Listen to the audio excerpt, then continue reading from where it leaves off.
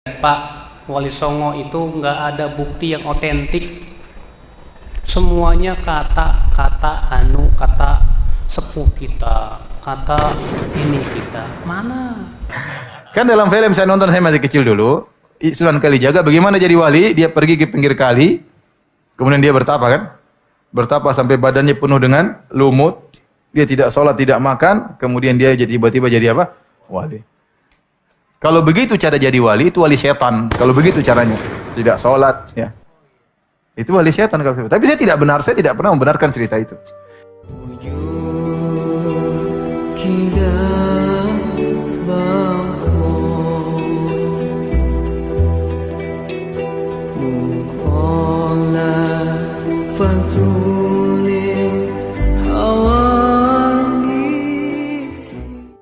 Assalamualaikum Ustaz, waalaikumsalam warahmatullahi wabarakatuh. Bagaimana dengan Wali Songo yang menyebarkan agama Islam dengan mencampurkan syariat dengan adat dan istiadat? Pak, Wali Songo itu nggak ada bukti yang otentik.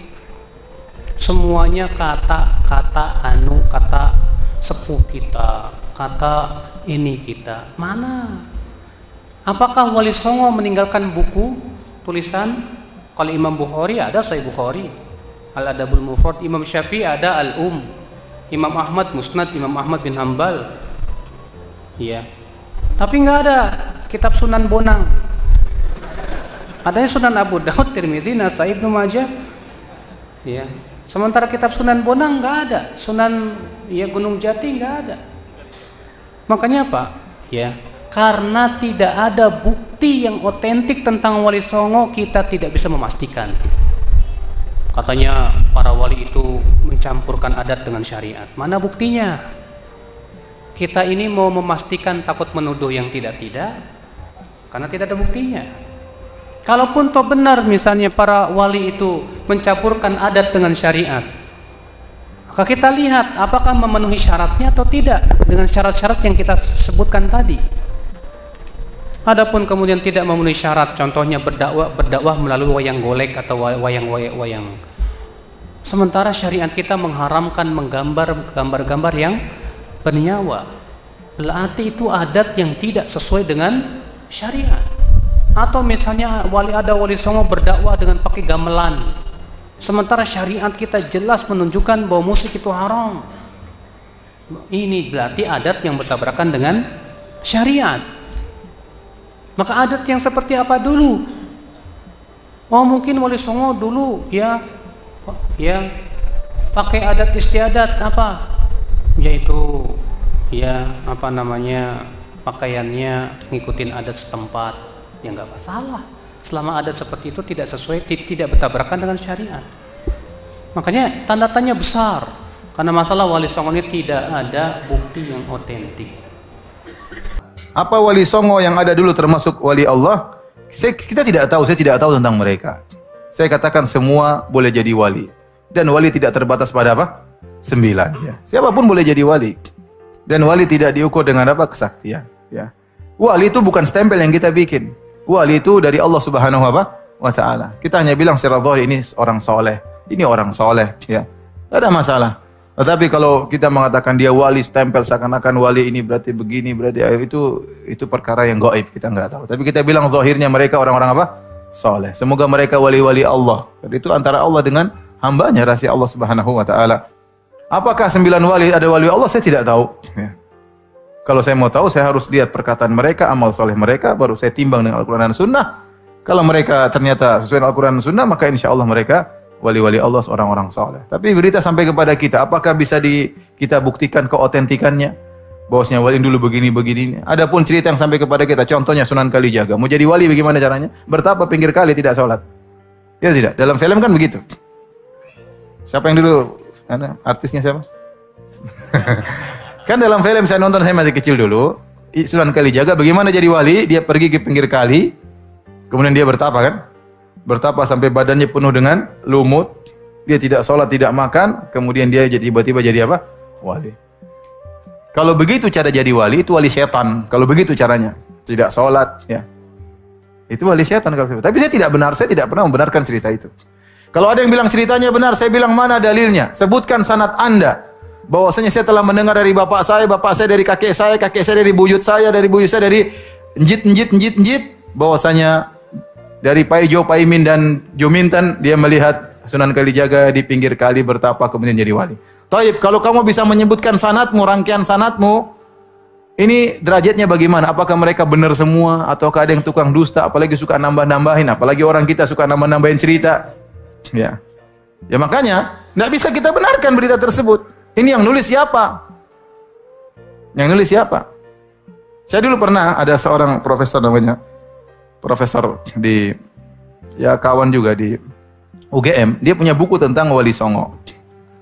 Kemudian panitia minta saya nemani dia untuk menceritakan isi bukunya karena bukunya laris waktu itu, zaman tahun 2000-an atau 99.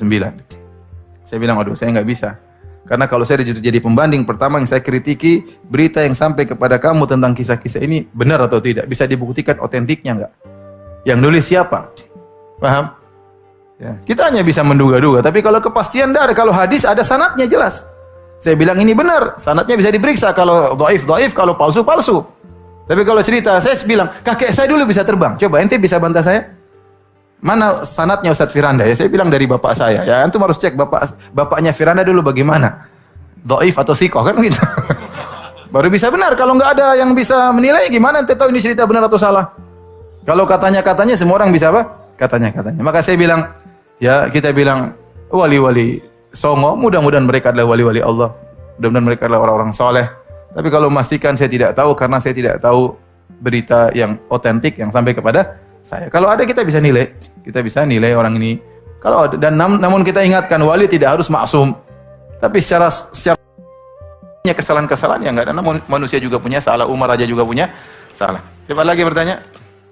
Mengenai kata cerita teng Indonesia itu ngoten niku ana wali kados Sunan Ampel, ya ana wali kados Sunan Kalijaga. Semanjane wong bulet-bulet. Sampai akhirnya kudu gawe wayang, gawe gong. Ya kan masyhur itu. Kalijaga sanggeng ngene dakwah teng daerah Pajang, daerah mriki lah, mulai Pajang daerah mriki. Wis ragen opo dugi mriki. Sampai gawe wayang tengul, wayang wong. Sunan Giri gak trimo, iku haram gawe patung. Wong nak gawe patung sok ben dikon ngekeki nyawa. Sunan Kalijaga rapati tau ngaji mantan preman dadi wali. Ngaji faslun ya gak pati tau ngaji. Walhasil akhirnya di tengah-tengah mbek Sunan Kudus sing luwih alim luwih seni. Ya ngene ae. Wayange iki dipeokno wae terus dadi wayang kulit. Perkarane nak wayang tengul iku patung. Tapi nak trepes kulit itu ora kena dikeki nyawa wis banyak kabeh. Mulane kula nak sowan teng kiai niku kiai alim dikei hadiah mebel lemari saka Jepara. Niku gambare iku manuk bangun. Apik, wes apik tenan ukirane manuk tapi gulune iku protok. Perkarane pas teko langsung diketok kowe kiai. Pas gulune tok ya sithik nek diketok. Nak takok ya kok diketok ya. Mergo ben ra urip. Nak ra diketok kan nak diketok kan asumsine kan kono ngekeki nyawa kan nek diketok ini kan gak iso. Lan kok sithik wis mati. Mergo nek dibuak kabeh ukirane elek. Paham nggih? Nek dibuak kabeh yo dene yo kepen di lemari larang dadi mau digraji kangge graji besi sithik. Butuhe wis apa? Lah kok sithik mbak wong sithik wis mati. Wah curang ya. Ya kalau wayang kulit itu es banyak tuh urip tak mati. Nak tengul lah ijek. Wayang wong itu lah ijek fisik. Jadi mulai dhisik ku ya so fikih ya setiap kali. Jadi ya mulane kula niku pinter ngakali fikih dhisik ya sono. Wali Songo ya saged ngrekayasa sapa? Ngrekayasa apa? Fikih. Ini pancen iku wong. Jadi wong kudu iso ngaji, mulane kula suwun sampeyan kudu ya pinter ngaji, hukum niku macam-macam. Sementing barang maksiat tetep maksiat ila yaumil kiamat. Cuma nek ana wong proses nobatno umate Kanjeng Nabi dengan berbagai metode, kowe aja kecangkeman. Masyhur itu ada sahabat yang masih punya adat nyolong. Pamit Nabi ya Rasulullah sama wa Islam tapi jenengan aja ngelarang kula nyolong. Dari Nabi sementing sholat sing sregep. Bareng Nabi wong iku miri ada sahabat yang protes, ya Rasulullah kenapa engkau enggak tegas melarang dia nyolong? Dari Nabi dawe sayanha binakul. Engkau anggap sering sholat tak suwe-suwe gak nyolong dia. Ya karena orang itu bertahap, semua kebaikan itu bertahap. Tapi Nabi gak pernah mengatakan nyolong itu halal. Mau tidak melarang saat itu. Beda loh yang mengatakan halal sama mau tidak melarang saat itu. Jadi beda. Ono wong Islam pamit Nabi boten zakat, Nabi dia mental. Ya sebenarnya kowe Islam. Ketika Nabi diprotes, kenapa engkau tidak menyuruh dia zakat? Nanti kalau Islamnya sudah benar akan zakat sendiri. Jadi yang haram tetap haram ila yaumil kiamat. Cuma orang mendesak kowe kecangkeman murah-murni. Paham ya? Lagi kadang sekarang tuh terlalu ekstrim, semua redaksi itu terlalu ekstrim. Makanya masyhur itu Rasulullah itu figur yang luar biasa. Ketika ada orang Arabi sholat, dia omong-omongan. Dia omongan berkancane. Jadi pas sholat Nabi udah kenalan sama tiang putih. Oh kalau tiang mriki udah santai. Omong-omongan. Oh Pak sahabat centak bar sholat, sholat omongan rasa ini. Tapi Nabi itu pinter. Setelah sahabat ramai itu ada, ini ya Rasulullah sholat omong-omongan. Si Arabi tadi digandeng ke Nabi. Nabi oleh ketika lucu, santai. Ya Arabi, inna hadi sholat munajatun. Ya sholat itu kan ngomong-ngomongan, tapi ngomongnya di pengiran aja. Ya ngomongnya apa? Pengiran aja. Because sholat itu munajah ma Allah. Ya ngomong-ngomongan tapi di pengiran. Nak omongan di manusia orang usah. La yasluhu fiya kalamun adamiyun. Berhubung sholat itu ngomongin di pengiran, orang pantas, orang layak digomongan bebani. Ini jauh Arabi tadi.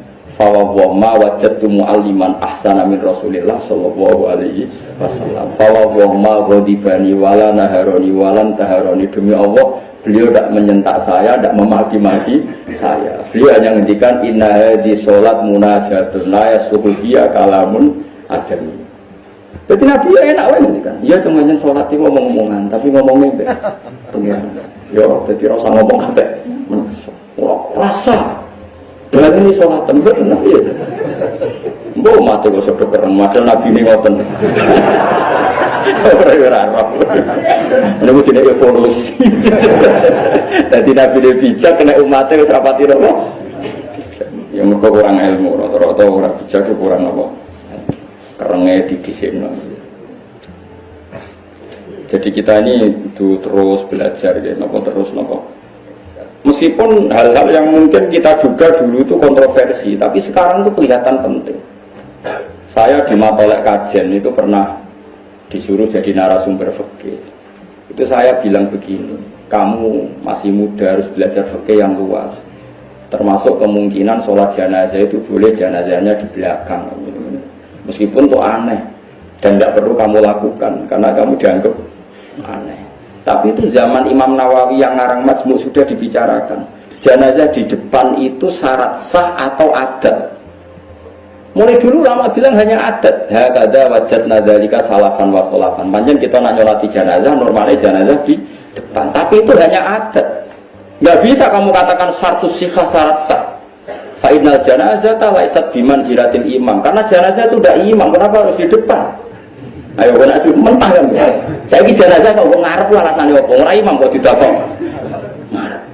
Berhubung ra imam kok buri ora apa-apa, ora imam kok kudu kok